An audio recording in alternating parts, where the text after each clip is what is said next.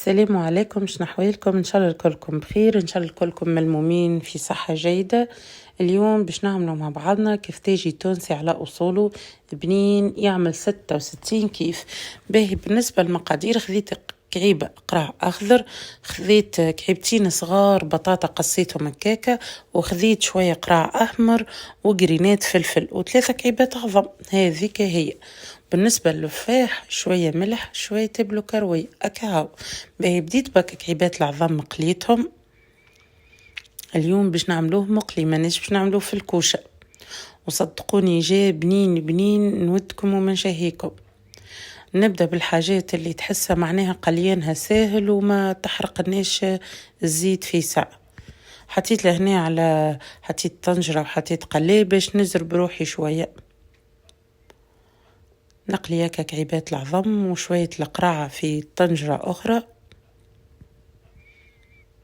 إذا كنتوا جدد في القناة مرحبا بكم، نرحب بالمشتركين الجدد ونقول لهم شرفتوني ونورتوني، بارك الله فيكم الناس الكل اللي اشتركتوا في القناة متاعي.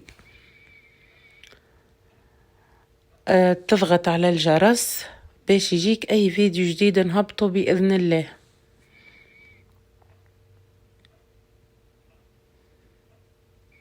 بصراحة وصفة الكفتاجي هذه ننصحكم تجربوها بالحق، خاطرها بنينة ما شاء الله. توا أكل العظيمات ما فيهم حتى شيء.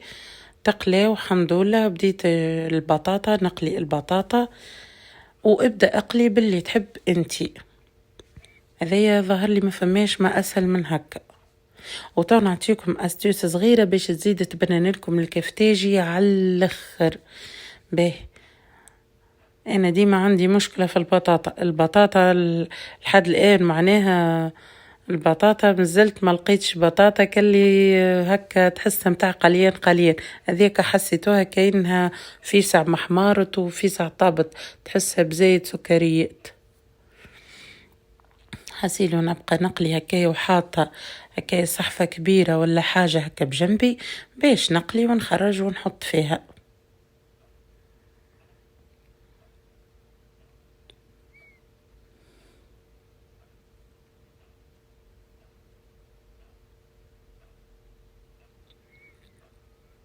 وهذايا الفلفل الحق فلفل حلو اللي طيبت بيه، ما هوش فلفل حار. نجم تحط فلفل حار، تنجم تخلط كيما تحب انتي. شوفوا الزيت قداش يطش، معناها قاعدة تو نتفرج معاكم نسجل في صوتي قداش الزيت يطشطش. كملت القراع، تو باش نبدأ بالقراع الأحمر.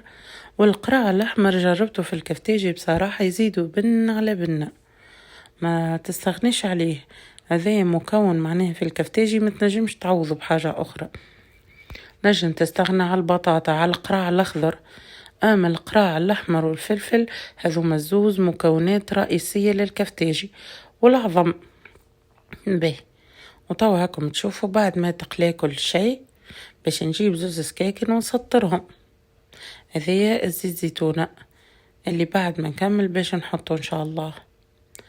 تشد هكا زوز سكاكن بالعكس وتبدأ توسع في بالك بشوي بشوي وتقصهم حتىش تحصل على كفتاجي.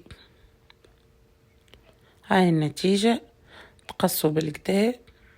نحب التكستور هذيك باش نحط هذه لاستيوس اللي باش نقول لكم عليها، والله صدقوني عن تجربة تزيدوا بنة ما شاء الله.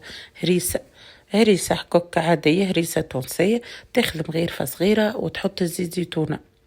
ديجا أنا معناها حطيت الملح والتابلو كروية، وكان عندك مرقاز تنجم تطيب وتزين بيه، كان عندك كبدة، كان عندك طن تنجم تحط فوقه اللي تحب انتي. أنا خليته الحق سامبل، وتو نوريكم وين معناها هزيته وفطرنا بيه الكفتاجي.